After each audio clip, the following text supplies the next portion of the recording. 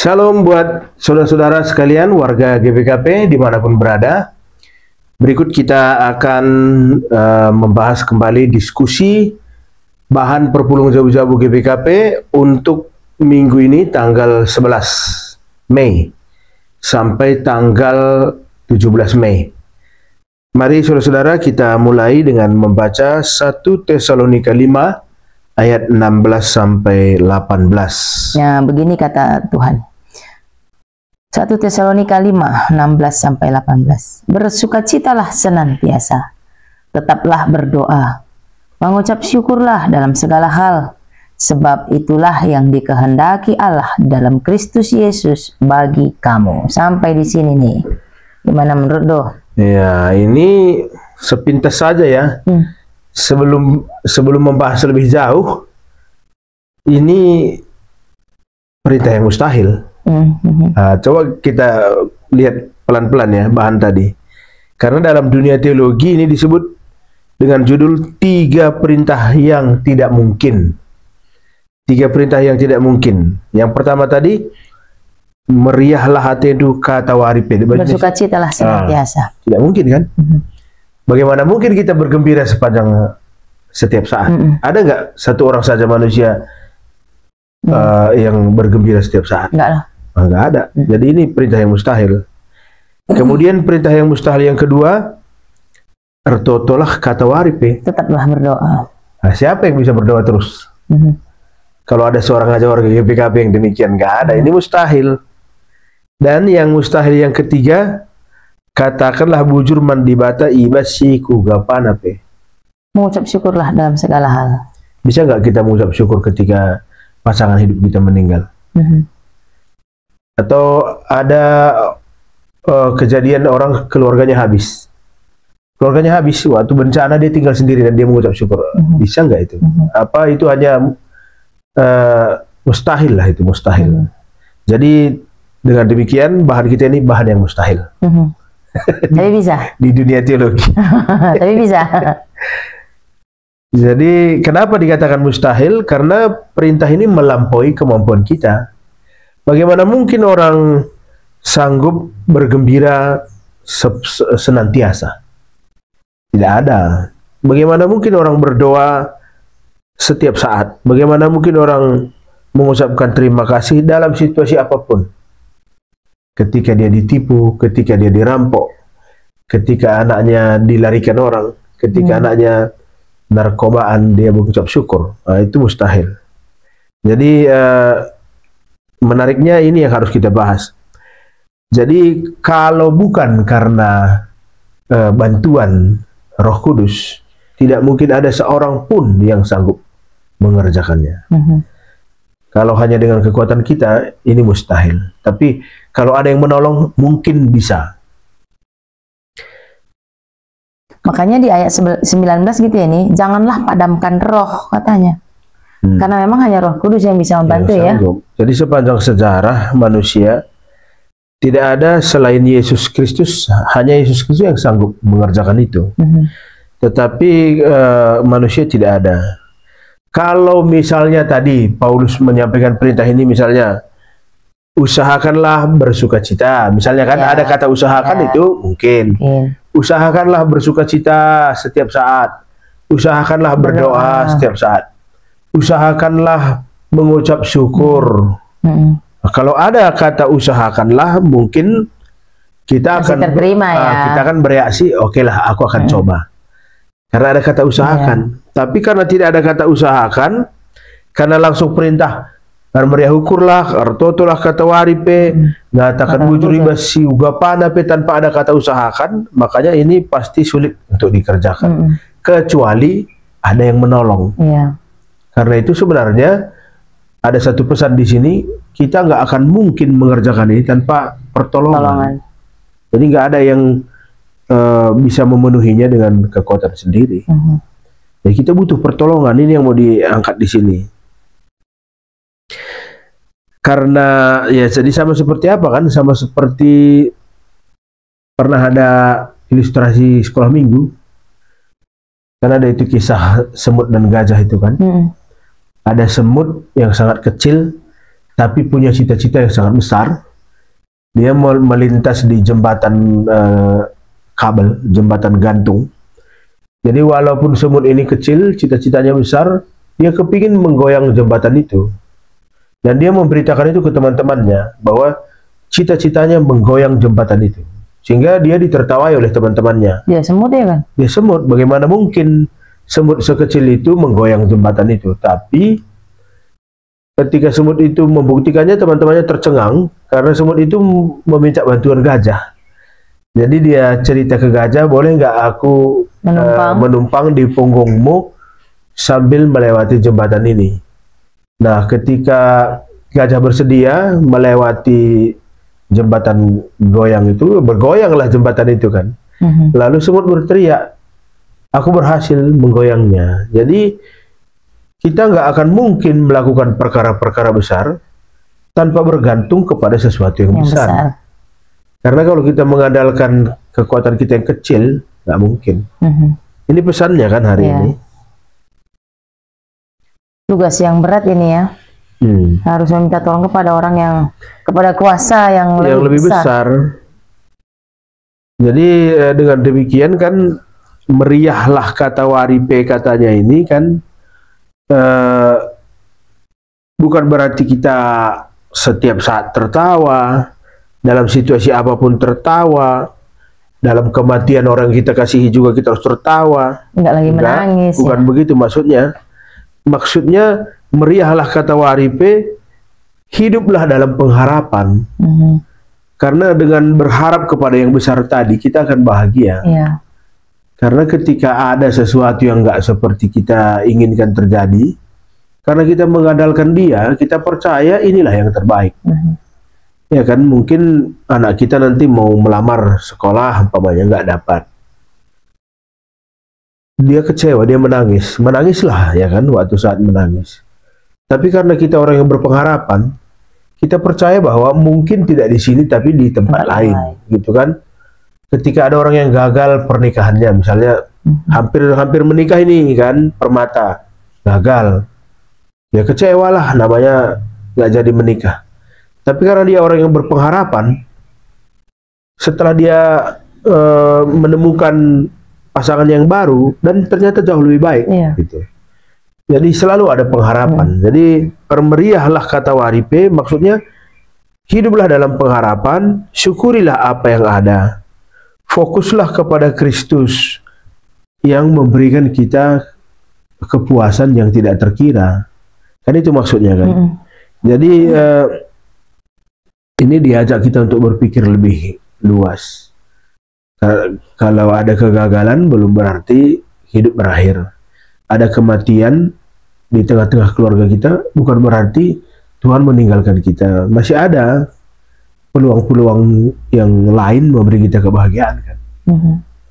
Kemudian yang kedua, artoto kata waripe. Mungkin nggak ini? Bukan maksudnya kita kapanpun berdoa kan, sampai makan pun kita udah lupa. Berdoa formal ya. Orang kan banyak begitu kan, berdoa terus sampai bekerja pun tidak, dia berdoa saja. Bukan begitu maksudnya kan. Tapi seperti bala tentara, dia melakukan serangan pertama dan gagal, bukan berarti dia menghentikan serangannya. Dia menyerang kota, dia mau menguasai kota itu gagal, dia mundur sebentar untuk merencanakan serangan yang baru. Nanti dia susun lagi sambil mengevaluasi pada serangan pertama ya, apa yang salah. Dia mundur sebentar untuk merencanakan serangan kedua. Kan seperti itu berdoa kan. Kita berdoa, rupanya belum diterima. Lalu kita mengevaluasi apa yang salah dalam doa saya. Lalu kita berdoa kembali kan begitu. Berdoa terus menerus. Sampai kemudian yang kita harapkan itu tercapai. Jadi berdoa tanpa jemu. Kan ini yang menjadi masalah di jemaat kita seringkali kan. Wong kutotokan pendeta, tapi labuh kidali artinya katanya kan. Dia kecewa. Pernah nggak kamu nampak orang kecewa kepada Tuhan sehingga kemudian meninggalkan persekutuan? Adalah. Banyak kan. Ada, aku juga kenal ada orang yang dulunya serius dalam kegiatan gereja jadi pengurus, setelah meninggal anaknya dia menyalahkan Tuhan. Bukan hanya menyalahkan Tuhan, setelah anaknya meninggal itu berikutnya yang terjadi dia bercerai karena dia saling menyalahkan dengan istrinya, karena mungkin si suami menyalahkan istrinya kurang tanggap waktu anaknya itu sakit atau terlambat mendeteksi, dengan sebenarnya dia marah kepada Tuhan lalu mencari-cari siapa yang bisa disalahkan. Dia menyalahkan istrinya nggak sanggup juga. Kemudian mereka berpisah. Nah, kan makin buruk namanya. Sudah keluar dari sudah stop dari kegiatan gereja, rumah tangganya hancur lagi. Padahal kalau ditanya dia masih mengasihi istrinya itu. Hanya saja dia nggak tahu mau mengkambing hitamkan siapa dalam kematian anaknya. Dia mengkambing hitamkan istrinya. Bukan penerimaan ya, bukan pengharapan tadi dia jadikan. Jadi dia mencari-cari siapa yang bisa disalahkan. Dan hidupnya makin hari makin hancur. Nah, jadi ada juga yang lain yang mengalami hal yang sama. Ketika anaknya pergi meninggalkan dia selama-lamanya, dia memilih untuk semakin kuat. Dia menjadikan istrinya itu sebagai partnernya menghadapi masalah ini. Jadi mereka makin kuat, makin dekat. Gitu. Jadi kebahagiaan itu pulih dalam waktu yang cepat. Nah, yang ketiga, ngatakan bujur iba si gua panape. Bisa nggak kita mengucapkan syukur dalam segala perkara? Nggak usah soal kematian aja sini. Macet tiba-tiba di jalan udah kesel kita. Aduh, terlambat. Tiba-tiba ban kempes lah, tiba-tiba ya banyak yang bikin kita terhalang untuk cepat berangkat lah. Kunci di mana kunci? Tapi ini kan Paulus ini menarik ya, yang ketiga ini kan. Ngatakan bujur iba siku gapanape, itu kan Paulus mau mengajari kita cara berpikir kan sebenarnya ini. Cara berpikir. Ketika kegagalan itu kita bisa lihat sebagai berkat. Ya kan? Misalnya kita gagal mendapatkan sesuatu, tapi karena cara berpikir kita yang positif, lalu kita melihat jangan-jangan aku gagal ini memang rencana Tuhan supaya aku bisa mendapatkan yang lain, misalnya begitu kan. Atau misalnya ada orang kepingin menjadi pimpinan lah misalnya. Kalau dia dapat jabatan itu, pasti waktu dengan keluarganya habis, ya kan? Pasti dia menghabiskan hidupnya 24 jam untuk pekerjaan yang baru. Ketika dia mendapatkan kegagalan, lalu cara berpikirnya bekerja, ya belum waktunya engkau meninggalkan keluargamu. Ini baik, nikmatilah saat berharga dengan keluargamu. Kan itu kan cara berpikir. Karena cara berpikir yang begitulah sehingga dia kemudian mampu mengucapkan syukur. Sama seperti orang yang terlambat mengejar pesawat, kan ada itu di stasiun Khotbah kan. Wah, ada macet ini menjelang bandara kan, ada kecelakaan. Rupanya gara-gara keterlambatan itu pesawat sudah take off. Dia nggak masuk ya? Dia nggak masuk. Dia marah-marah di awal, tapi kemudian setelah ketahui bahwa pesawat itu kemudian jatuh, dia tahu, wah ini ada cara Tuhan menyelamatkan aku. Nah kadang itu dia nih, terlambat kita ngucap syukurnya loh. Karena kita nggak tahu ngucap syukur pun kalau nggak seperti yang kita inginkan. Nggak tahu kita ngucap syukur, emosi aja. Tapi setelah lewat, nah setelah lewatnya ini berapa nih jaraknya nih, sama kayak yang terlambat naik pesawat tadi. Masa sih dia harus lihat dulu kecelakaan pesawat baru syukur nggak masuk. Kenapa nggak bisa secepat itu kan? Udahlah, mungkin bukan yang ini ya pesawat yang harus kutumpangi, mungkin ada yang lain gitu. Jadi ada contoh yang sangat tepat di Alkitab kan, si Yusuf. Jusuf yang dikhianati oleh saudara-saudaranya kan. Jusuf dijual, Jusuf dikhianati, dia kemudian mengalami penderitaan yang hebat di negeri orang. Tapi rupanya itu jalan untuk menyelamatkan tidak hanya keluarganya, tapi juga bangsanya. Walaupun mungkin di awal dia merasa sebagai orang yang paling hina kan, dibuat begitu oleh saudaranya. Tapi pada akhirnya dia kemudian menyadari bahwa inilah jalan Tuhan menyelamatkan bangsa. Jadi jangan buru-buru melihat apa yang terjadi saat ini, hal yang negatif dalam hidup kita. Bisa jadi ini jalan ke hal yang lebih baik. Jalan kebaikannya. Mungkin nggak secepat itu kita lihat. Mungkin butuh beberapa waktu sehingga kita bisa mikir, oh iya ya ini ternyata ya, makanya aku begini. Ini kan penting juga kan ke kita ini pendeta kan, karena kita kan ini setelah sidang sinode ada 300 ya ceritanya kan. Ada 300 pendeta yang akan dimutasi sampai bulan Juni. Sekarang sudah Mei. Dalam waktu 2 bulan, itu waktu yang sangat singkat, memutasi 300 orang pendeta untuk mengejar perpindahan anak sekolah. Anak sekolah perpindahannya sekitar Juni. Juni sudah harus tahu dia pindah kemana. Saat ini saja belum ada. Nah, ini penting buat pendeta-pendeta nanti, karena nggak akan semua tempat seperti yang kita harapkan kan. Tapi kalau kita mencoba berpikir seperti apa yang Paulus sampaikan, ngatakan bujur ibasi ugapanape, mungkin pada awal tempat yang baru itu tidak seperti yang kita harapkan, tapi kemudian kita sadari bahwa inilah yang terbaik. Kan seringkali orang di awal langsung protes kan, tapi setelah dia menjalani, oh ini yang terbaik begitu kan.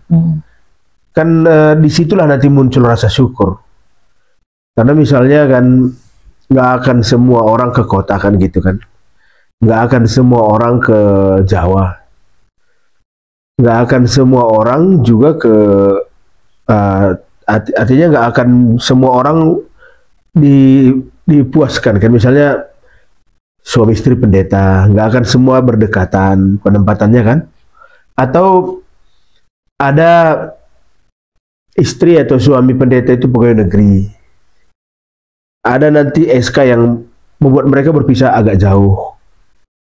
Itu segala kemungkinan kan ada. Bagaimana dia bisa bersyukur dalam situasi itu? Kan ini penting kan. Nah, jadi kalau orang yang cara berpikirnya dia ubah, disitulah muncul rasa damai. Karena kalau yang ada dalam pikiran kita hanya kemarahan, ya kita nggak akan damai. Oh ini sengaja ini. Sama seperti ilustrasi kan. Bisa saja orang kalau sudah negatif berpikir, bisa saja dia menduga itu lampu merah juga mempermainkan dia. Kalau dia sudah negatif berpikir. Semua sudah kompromi ini bikin aku terlambat. Sudah berhenti di lampu merah kan. Jalan ketemu lagi lampu merah sampai 3 kali. Sampai dia menyalahkan, ini lampu merah ikut-ikutan juga, membuat aku terlambat. Bagaimana mungkin lampu merah ikut-ikutan kan? Itu kan cara berpikirnya yang membuat dia marah. Kalau lampu merah itu kan sesuai waktunya dia akan merah. Kapan dia harus merah kan gitu. Jadi luar biasa ini apa yang Paulus sampaikan. Jadi dalam pergumulan yang berat, dalam pergumulan yang hebat, rupanya kita harus mencoba mengelola cara berpikir kita agar kita sanggup mengatakan bujur ibasi ugapanape. Dan sama seperti diskusi kita sebelumnya, kita tidak mempersiapkan soal diskusi. Kita berharap rekan-rekan dapat menjawab diskusi-diskusi di buku PJJ kita berdasarkan percakapan kita tadi. Dan semoga percakapan kita yang singkat ini dapat menolong teman-teman untuk semakin dimampukan lagi menjawab atau berdiskusi dengan baik dalam PJJ kita, Dan jangan pernah lupa untuk ikut lagi mengikuti diskusi-diskusi kita pada bahan-bahan PJJ minggu-minggu yang akan datang. Demikian kami menyampaikan selamat melayani buat saudara-saudara sekalian, menjuah-juah man bantah. Salam.